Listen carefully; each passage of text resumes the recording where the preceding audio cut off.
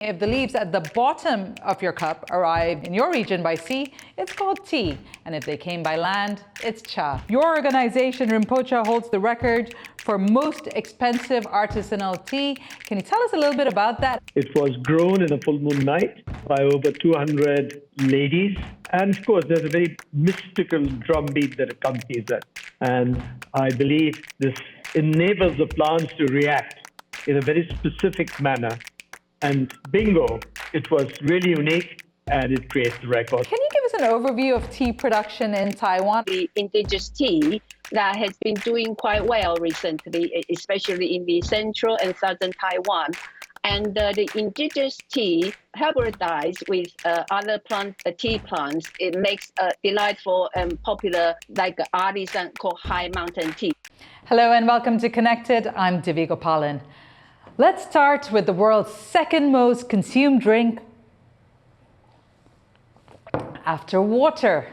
I am talking about tea. From its native Asia, tea has spread across the globe, making an indelible mark on human history, culture, and traditions. Now, generally speaking, if the leaves at the bottom of your cup arrived in your region by sea, it's called tea. And if they came by land, it's cha.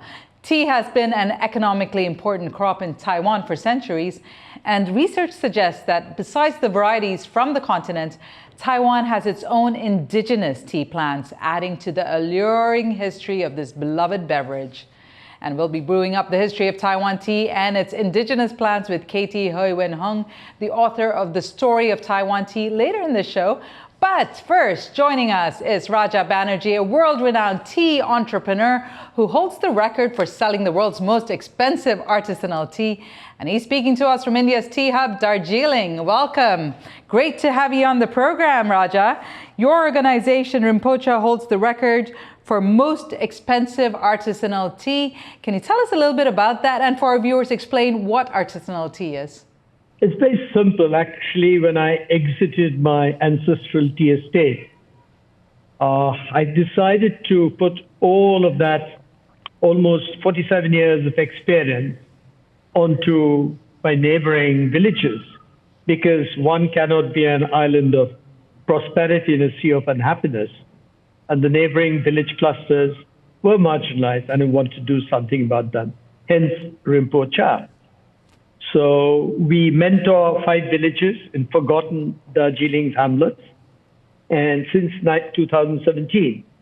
And you'll be surprised to know that the cultivar that we developed in my ancestral estate at Makaibari has been used in these particular small holdings with great success.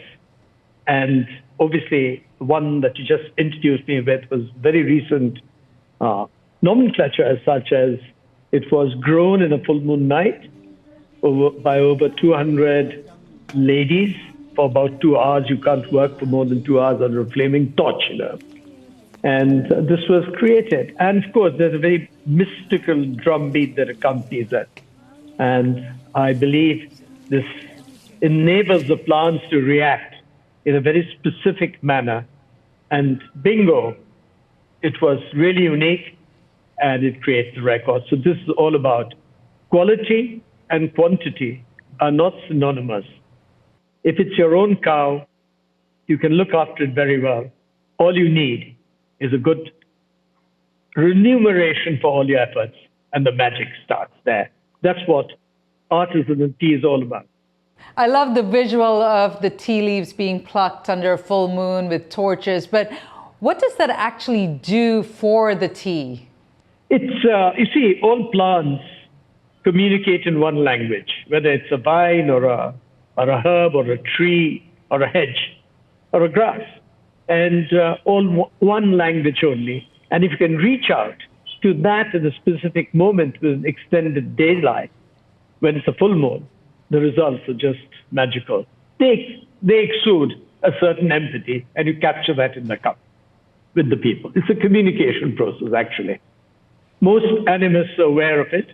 There are many movements formally in Taiwan with the animal, the environmental world, the trees particularly. And if you look into the history of Taiwan, you'll find some of the movements still exist. And it's basically that. It's animism. Yeah, it's just man has to learn how to be a rhythm of nature, not to win against nature. When I'm actually taking a cup of tea, what is it that makes it a good cup of tea, or what makes it quality? Yeah, I could talk about Darjeeling, why what champagne is to wine and Darjeeling is to tea. It's the terroir, okay? Now, Darjeeling has a magical, mystical terroir. When I talk about terroir, I'm talking about the slope, the soil, the genus of the plant, and the season of harvest. But what is extraordinary about Darjeeling is the moment you land at the airport or the railhead, you are in a tropical situation. And within an hour of going uphill, you're either in one of the four main towns of Darjeeling, Mirik, Kurseong, Kalimpong, and Darjeeling, of course, which is temperate. A further 2 hours drive uphill, you come to the hill resort of Falut Sandakpho, which is alpine Arctic. So nowhere in the world, in a drive of 3 hours, will you traverse the three major climatic zones of the world: tropical, temperate, alpine Arctic. Now, what this translates to in reality is a diversity of flora and fauna which you're not going to get in such a small biotope. So the tea is just the icing in the cake of this fantastic botanical diversity. Darjeeling's real strength lies in medicinal herbs, which is the bowl of all traditional medicines called Ayurveda in India for the last 7,000 years. We haven't tapped it fully yet, but tea is only a part of this magical drink. And in ancient times, by the sages, was called Sanjivani. And there's a different story how it went across to China with Bodhidharma 3,200 years ago, and it evolved into sinensis. But basically, on the Eastern Himalayas, this is the magic of Sanjivani, a fantastic offering to the rest of the world in a cup. That magic seems to be spreading. If you look at the numbers, there are various statistics that put tea as the king of drinks. The nonprofit International Tea Committee estimates that around 5 billion cups of tea are consumed worldwide every day, making it the second most popular beverage, as we mentioned, after water. And if you go by tea leaves, global consumption in 2023 was about 7.3 billion kilograms.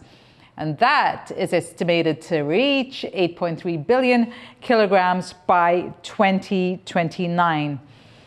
Rajah, if I want to go back to your personal story, you left Makaibari Tea Estate and business, which was built by 4 generations of your family, to make a new beginning with this new venture at the age of 70. Why did you feel you needed to do that? You'd already laid the foundations. Well, my ancestral house, there was a fire in 2017, 17th of March.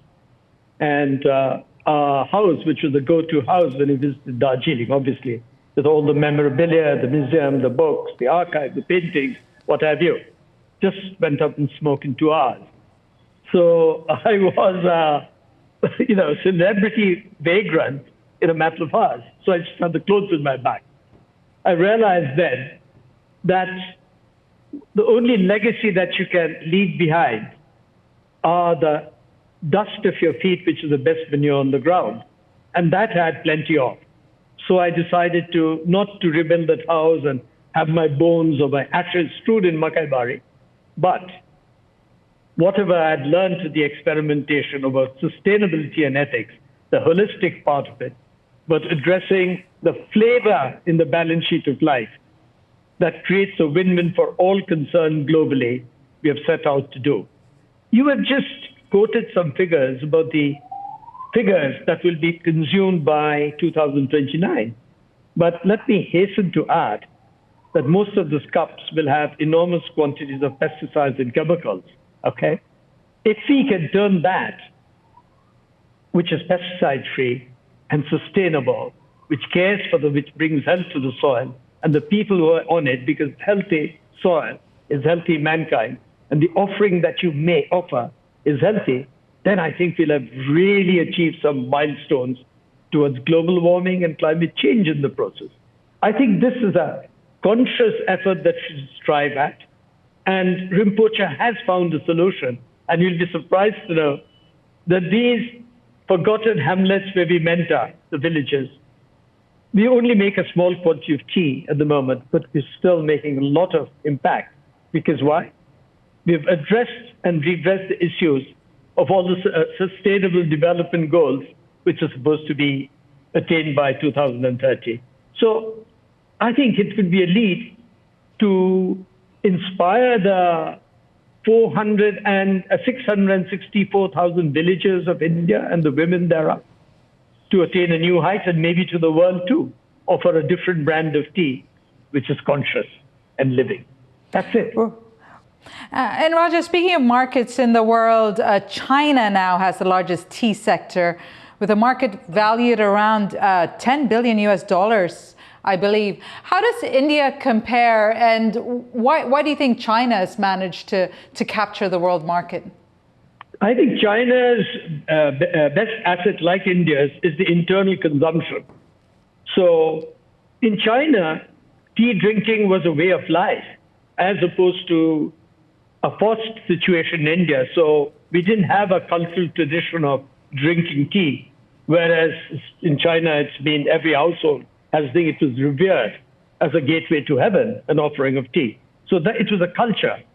So now the equations are changing somewhat dramatically, because very little tea was drunk in India vis-a-vis China. Now with the advent of the yuppies or the internet revolution or the digitalized revolution, young people in India have got money jangling between the ages of 18 and 35, first time in their pockets in the history of India. So I think this figure is going to dramatically change, and India will have to import from other countries. Rather than being a net exporter, India would be looking to import from people and collaboration with countries like Taiwan, etc., for this very high quality Taiwanese teas. Because you're talking about 350 million people who are looking to experiment in food and beverages. And I think tea would be the best conduit. So I wouldn't like to make a comparison with China, because China is, as I said, it was a way of life in China. It was a cultural thing. In India, it's becoming a hep thing. So I think that if you can market tea in a different way, not in the traditional way, and be very, very on the spot, on the money, everybody can have a winning combination, and the sales in India would simply boom. We have some ideas about it. We'll talk about it later. You brought up Taiwan, and I know you've never visited Taiwan, which is something I'm hoping you'll change. But can you tell us about your take on Taiwan tea? Well, there was last year too, I've always been very fond of the oolongs, the magnificent oolongs that were produced by small growers, artisanal growers of Taiwan. And strangely, it was just this year that 3 terrific ladies came in from Taiwan on a trip to Darjeeling. And they found my way to our studios over here for a tasting session of Darjeeling tea. And we did. And so we created our real storm, and they presented me with this wonderful tea that was the rage of Taiwan, and the oriental beauty. And it was just one love story going on to another. And yes, I'd like to come and meet. Sometime maybe I have some plans. It's in my bucket list too, to come to Taiwan, and I've never made it so far. That was tea entrepreneur Rajah Banerjee. We are now going to steep ourselves in the rich world of Taiwan's tea with Katie Hou Hui-wen Hung, co-author of the Story of Taiwan Tea, who joins us from Taipei. Good to have you on the program, Katie. Now, you've said the inspiration for your book on tea came from the Royal Botanical Gardens in Kew in London, England. Can you tell us more? Right. First of all, I was interested to go to Kew to look at some straw sandals worn by a Brits in the late 20th century. So I went in first of all, I emailed them to say that I would like to see these pair of sandals. It looks quite interesting. So I went in, and the curator came to say that, could you hold on a minute? There's a professor wanted to see me. I said, oh, wow. And this professor called Mark Nesbitt, he came out, and suddenly he gave me a whole ton of history about his wanting to connect with Taiwan's researcher about everything, but he failed and this and that. And he suddenly said that, Katie, if you have any ways of connecting Taiwan and Britain, this is my car, and please let me know. And I was going, wow. I just came here and look at something, from Taiwan. But then later on, I thought maybe there's no one like me from Taiwan that was ever interested in Q's collection, which I think was a pity now, come to think of it. But anyway, so the curator did a fantastic job showing me around this and that, including, she suddenly said, Katie, I think you'll be, I didn't ask to see this, but then she said, Katie, I think you'll be interested in these paintings. So it turned out to be a series of 24 paintings, fantastic painting, painted both sides, two sides, on a very thin rice paper. And done by, later on, we, after research, we found out it was by a Guangzhou, a very famous artist at the time called Guan Qiaochang. So I look at it, in astonishment. It's very, very thin paper. She had to wear gloves and this and that to show me. So I already knew Dr. Chen, the primary author at that time, because we were both from Danshui, the northern Taiwan area, and he helped me a lot with my culinary history of Taiwan book, Taipei book anyway. So I already knew him. So I told him, the Kew Garden curator showed me this amazing thin paper, rice paper paintings about tea. Then he immediately went to Google and found this copy from the internet. And he looked at them, the 24 of them. Then he discovered it's wow. There's a question. His family was like a tea, had a lot of connection with tea, called Wu family, his maternal side. Then he started to go, wow. He answered a question that I never been able to answer. It's about the tea roasting, the process of it, tea roasting, use what kind of wood is also important, because of the flavor, it adds a flavor, and the roasting tea is very important. He said he answered my question. He sort of arose his interest about doing a Taiwan tea book. And he is very good, although he's an eye doctor in profession, he is very good at retelling Taiwan history and in bilingual. There aren't a lot of people can do that, doing it bilingual and retelling Taiwan history. So we just left it at that.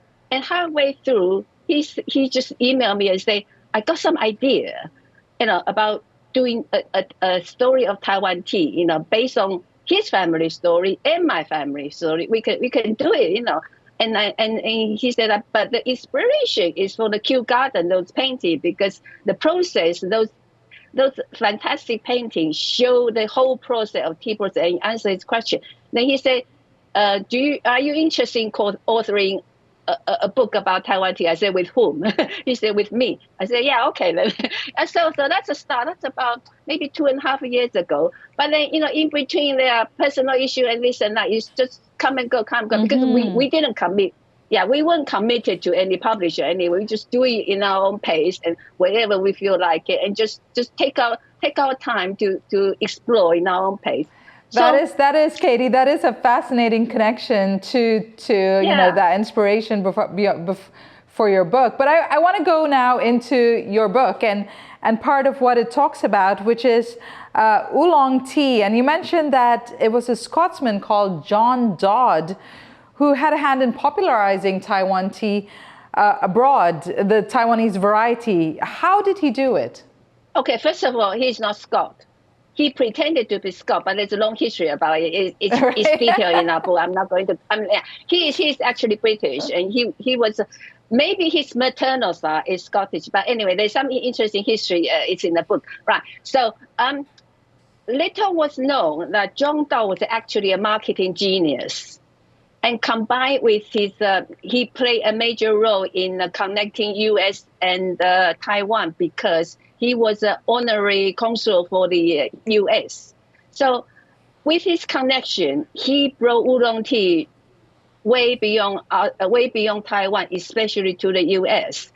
For example, Boston, Massachusetts, and at that time, America was a tea drinking society, and they needed a stable supply of tea, especially from Asia. So John Dow, using his marketing genius, connected the two together. So it's not wrong to say, maybe by the end of 20th century, the world's oolong tea supply 80% or 90% was from Taiwan.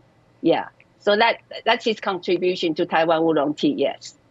Wow, and how things have changed. Let's bring it back to modern day. Can you give us an overview of tea production in Taiwan? Are we seeing large plantations, or is it characterized by smaller holdings and farms? In modern days, the Taiwan tea has been it's not doing quite well as before in the world sense. It's more domesticated, and there are a few reasons. For example, like the profit margin, the decline of profit margin, because the tea industry is dominated by the cheap Chinese tea export. So that's one thing. The other thing is the Taiwan tea industry is quite fragmented. The market is quite fragmented. It's no longer controlled and coordinated with a larger tea merchant association as before. So it's not doing so well. It's doing well inside, but not outside. However, there's some innovative idea coming out. For example, the indigenous tea that has been doing quite well recently, especially in the central and southern Taiwan. And the indigenous tea hybridized with other tea plants, it makes a delightful and popular like artisan called high mountain tea. Right. So before we move on, I want to bring in some statistics here. Despite the popularity of tea, Taiwan's tea consumption, as Katie has mentioned, has a long way to go to catch up with the biggest tea drinking nations. Now, according to Statista Market Insights, China is by far the largest market for tea consumption in the world at an estimated $111 billion in 2023. Now, that's more than 6 times the size of second-ranked India, which has a total sales of $16.6 billion. Now, Japan, the United States, and Brazil round up the top 5. Katie, coming back to the consumption and marketing of tea, in your book, you write that in the 1980s, domestic demand replaced exports. What's behind that? The tea world is dominated by Chinese cheap tea exports, but I have to mention that it is not secret that the Taiwanese tea merchant play a major role in this. They are also responsible for the technology transfer between Taiwan and China. So nowadays, China can produce good quality tea and higher advanced technical tea as much as Taiwan. For example, they can even produce the Oriental Beauty tea. So it is no secret that the Taiwanese tea merchant transfer our technology, the Taiwan tea technology, to China. So yeah, so that's one thing. The technology has been stolen in a way, if you want to say, or sold. It's been sold to China, yeah. So could this be part of the answer as to how, how can Taiwan compete with more established tea markets like India, where there's a move towards producing new and specialized varieties of tea?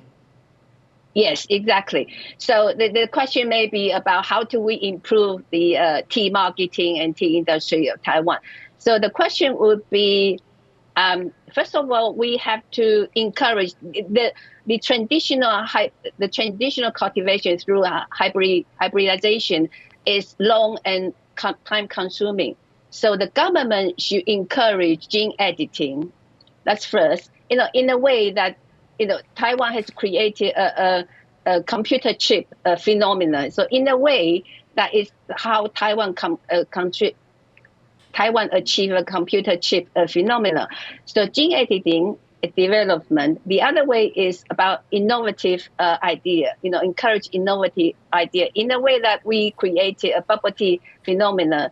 Bubble tea is incredibly popular, not just in Taiwan, but around the world. So what has bubble tea done for the culture of tea here in Taiwan? First of all, bubble tea is a clever way of using less quality tea, isn't it? You don't put good quality tea into bubble and sweeten it out, everything. So it's a fantastic way not to waste tea leaves. So that's the first thing. The bubble tea phenomenon, I personally am not I'm not an expert of it, because I don't really drink a lot about it. But I think it's funky. Young people like it, and you can be innovative. You can do different flavor. You can do different tapioca bowls. You can use fruit. You can use that. So that's why it become a phenomenon. Yeah. And with that, we'll leave it there. Thank you so much, Katie Hou Hui-wen Hung, the co-author of The Story of Taiwan Tea, for joining us from Taipei. And before we go, can you distinguish between different grades of tea? And how do tea sommeliers and entrepreneurs distinguish between qualities and cultivars? Well, Rebecca Huang, the executive director of Taipei Tea Merchants Association, shows us her tasting process. When we have like new batch, we finish making it, or we are buying tea from other country, or even our new season tea comes out, we would do it this way to comparison them. Sometimes it's like all different days, like 10 days tea, or it's like morning and afternoon tea. And we would put it this way. It's an international standard way to try tea. So we put it in a plate, and there's certain grams we put in there. And we usually do it like 3 minutes, and we would we would smell the dry tea first, and then we would smell this afterward to see like how the smells comes out. And we shake it is because like when you shake it, the steam is coming up more, and so that's how we do it. And then we would start trying it. And usually this is the time we have to decide which one is best. We have to put it out for like 1, 2, 3, 4, 5, which is best, which is you don't really want it, or we decide how to blending them together. That's the process when we're doing it. We choose what to do with it. Yeah. And that brings us to the end of this show for our viewers everywhere. Thank you so much for watching. It's been good to have your company. If you've enjoyed today's episode or have anything you'd like to add to the dialogue, do join the conversation on our social media. And remember, stay informed, stay engaged, and stay connected.